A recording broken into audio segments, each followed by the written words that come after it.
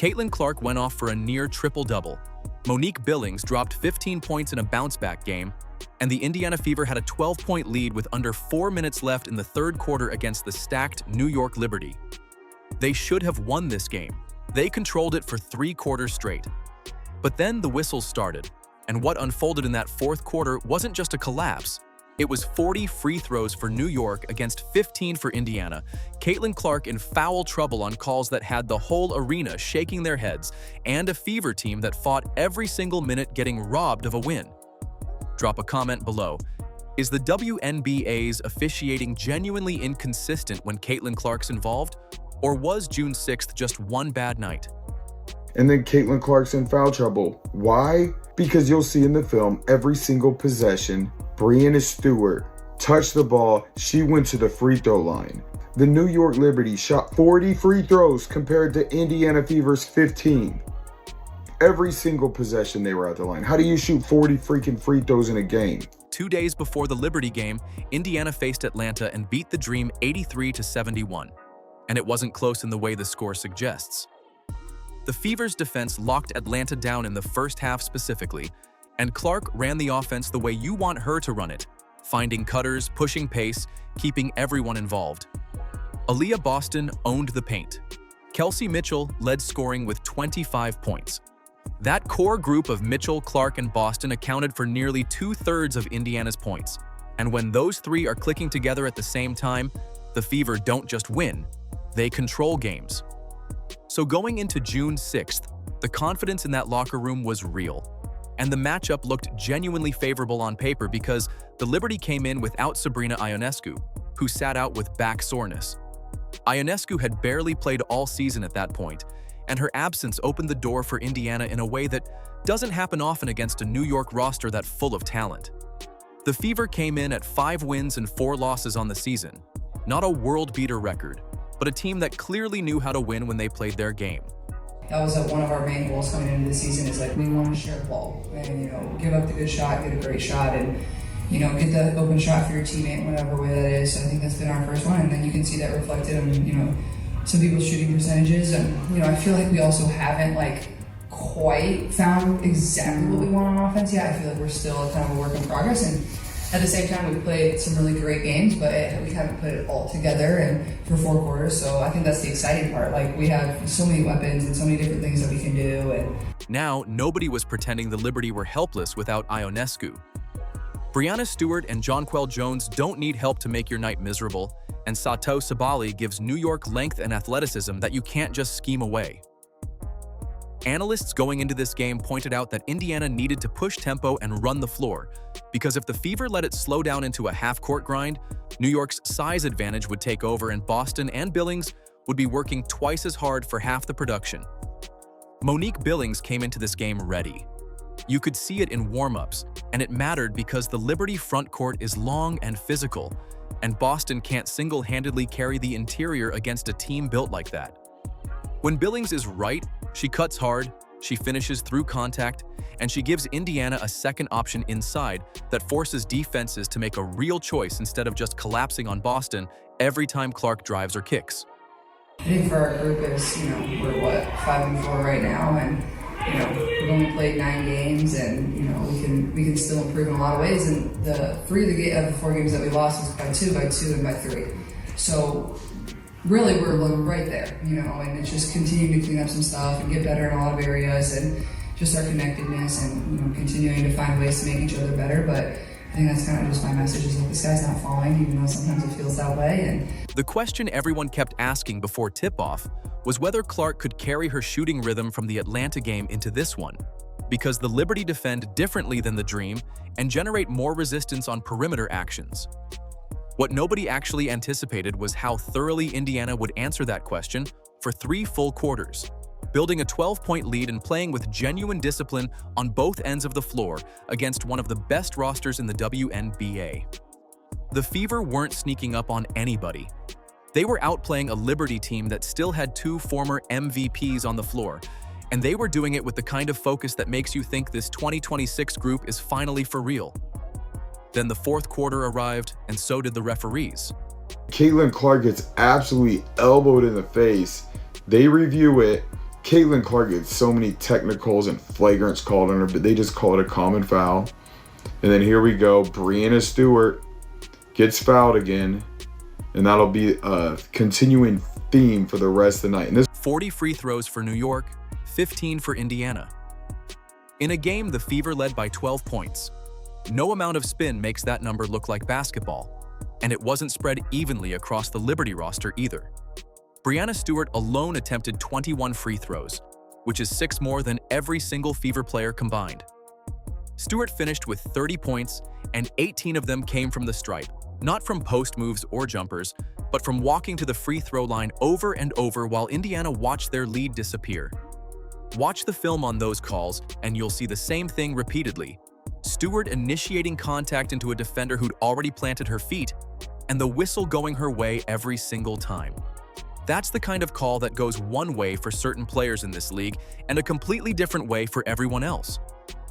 This is where it's at. We're up by 3, and Caitlin Clark gets another foul called on her, and the offense is not working again. Kelsey Mitchell off the timeout hits a huge 3. We're back up by 4, but it's more one-on-one basketball again for the next few minutes. Breanna Stewart, more free throws for her pushing her shoulder down. Caitlin Clark without offensive foul, she did that. More one-on-one basketball. And then guess what? More free throws for the Liberty. Another foul. It was just not a lot of movement, but a whole bunch of fouls. Clark and Boston didn't attempt a single free throw all night. Not one. Clark was attacking the rim, threading passes through traffic, competing physically on the glass, and somehow never once got to the line while Stewart was shooting more free throws than Indiana's entire roster. That's not a coincidence. That's a pattern. Clark picked up her 5th foul with 6:26 left in the 4th quarter, and from that point, Indiana was basically playing without her in crunch time. Every time she came back on the floor, she was one borderline call away from being done for the night, so she couldn't play with any freedom, couldn't attack, couldn't do the things that built the 12-point lead in the first place. Myisha Hines-Allen fouled out in the 4th too, so Indiana lost both Clark and Hines-Allen at the same time, which meant the defensive rotations that had been disciplined all night just fell apart. Stewart and Jonquel Jones suddenly had more space than they'd seen all game, and New York went on a 19-4 run. That run didn't happen because the Liberty figured something out. It happened because the refs put Indiana's best players on the bench. It was really a game where for 3 quarters, the Fever had a really good defensive rhythm, but a 9-0 run by the Liberty at the end of the 3rd, and then a lot of foul trouble in the 4th, including 3 quick fouls by Caitlin Clark to pick up her 5th around the 6-minute mark of the 4th. Myisha Hines-Allen picking up her 5th in the 4th, and then Leah Boston picking up her 5th. Really hindered what the Fever were able to do defensively. The elbow to Clark's face didn't draw a flagrant foul, didn't draw a review, didn't draw anything. She took a direct shot to the face and just had to keep playing, while already managing foul trouble on the other end of the floor. On any other player, on any other night, that play gets reviewed and called. The refs waved it off completely. So Clark never got to the free throw line, never got the flagrant call she deserved, and spent the 4th quarter sitting because of foul trouble while Stewart converted free throw after free throw to bring New York all the way back. When the buzzer sounded and the Liberty walked out with the win, Clark headed straight to the post-game podium, and she wasn't in the mood to talk about anything except exactly what had just happened to her team. Especially when 18 of 21 from the free throw line, that's something that's hard to fight against. So the Fever are going to look to bounce back against the Washington Mystics on Monday. They have one day off where they're heading down to DC, and then they'll play Washington on Monday night. Before the refs made themselves the story, Indiana genuinely controlled this game. They built a 12-point lead with 3:27 left in the 3rd quarter, and that lead came from real basketball, not lucky bounces or New York having an off night. Monique Billings was the reason Indiana's offense had a different feel from the jump. She finished 6 of 7 from the field for 15 points and grabbed 8 rebounds in 35 minutes. And if you watched this game, You saw exactly what the Fever were thinking when they signed her in free agency. She cut hard every time, finished through contact, and gave Indiana a second interior option that the Liberty had no clean answer for.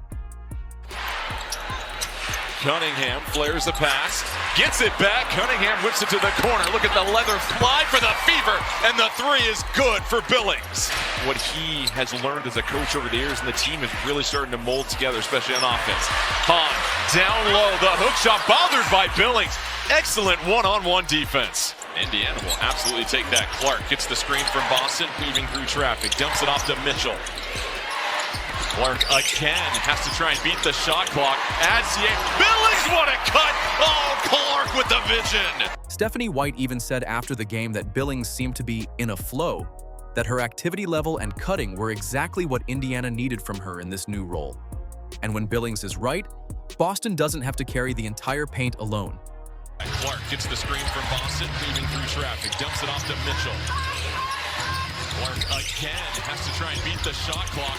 Billings, what a cut! Oh, Clark with... Boston put up 13 points and 9 rebounds, so on paper, both bigs delivered.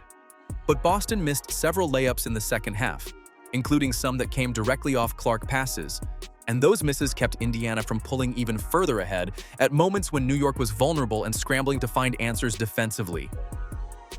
This game tries to pick up some flow. Clark on the catch, shakes Astier, step back, Clark for three. She rattles it home. Good. Hole bats it free for Indiana. Clark, contested three. She's able to knock it down. This is the start that you want for the Fever.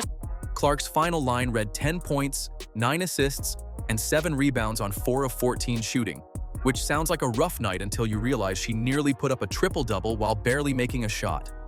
Her passing kept Indiana's offense moving, her gravity pulled defenders away from Billings and Boston, and she competed on the glass the way guards almost never do.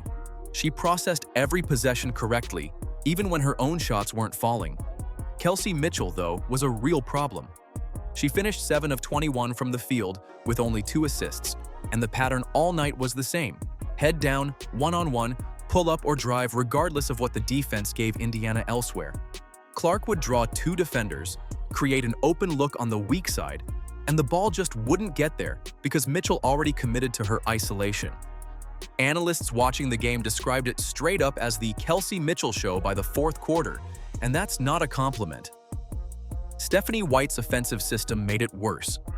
Fans have been pushing what they call the ABCC formula, which is basically structured movement and spacing designed to get Clark the ball in positions where her playmaking can actually do damage and run the pick and roll with Aaliyah Boston. That concept was completely absent in the late 3rd and 4th quarters. Film breakdowns after the game showed Clark being ignored off-ball, with teammates literally running away from her after she set screens, like the play design intentionally removed her from the action. That's a coaching decision, not a Clark problem, and it cost Indiana possessions they couldn't afford to give back. Nobody was passing the ball. Kelsey Mitchell put her head down and went one-on-one the entire second half. And when she's shooting the ball, amazing. But when she's not, she doesn't pass the ball. So when Caitlin Clark's not on the court, the ball does not move. And Stephanie White made 0 adjustments. Clark doesn't make a habit of calling out refs after games. She's careful. She picks her spots. She usually finds a way to talk about what Indiana needs to do better rather than pointing fingers at the officiating crew. So when she sat down at the post-game podium and named the foul calls directly as the reason this game went sideways, that wasn't frustration talking. That was a deliberate choice. Her exact framing was that the problem was all the foul calls, and what makes that worth paying attention to is the context around it. She also admitted that a couple of her own fouls were dumb tonight, so she wasn't just throwing everything at the refs to dodge accountability. She owned her mistakes and still looked the camera dead on and said the foul calls were the problem. That's a specific distinction, and she meant it specifically.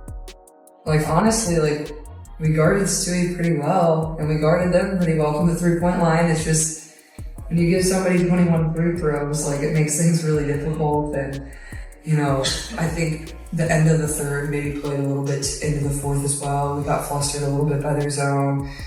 had some turnovers, and then they were obviously playing zone in the half court too, and we weren't really able to execute, and like Coach said, we missed some shots we normally make. 5 fouls on a night where she finished with 10 points, 9 assists, and 7 rebounds tells you something. She wasn't playing recklessly. She wasn't gambling on defense or forcing her way into contact on offense. She processed every possession correctly, found the open player, competed on the glass the way guards almost never bother to, and Indiana still built a 12-point lead largely because of what she was doing out there. A 4 of 14 shooting night doesn't erase any of that. And she never got to the free throw line once. Not once. Clark mentioned in the post-game that she hadn't shot any free throws all game, and the way she brought it up wasn't a throwaway complaint.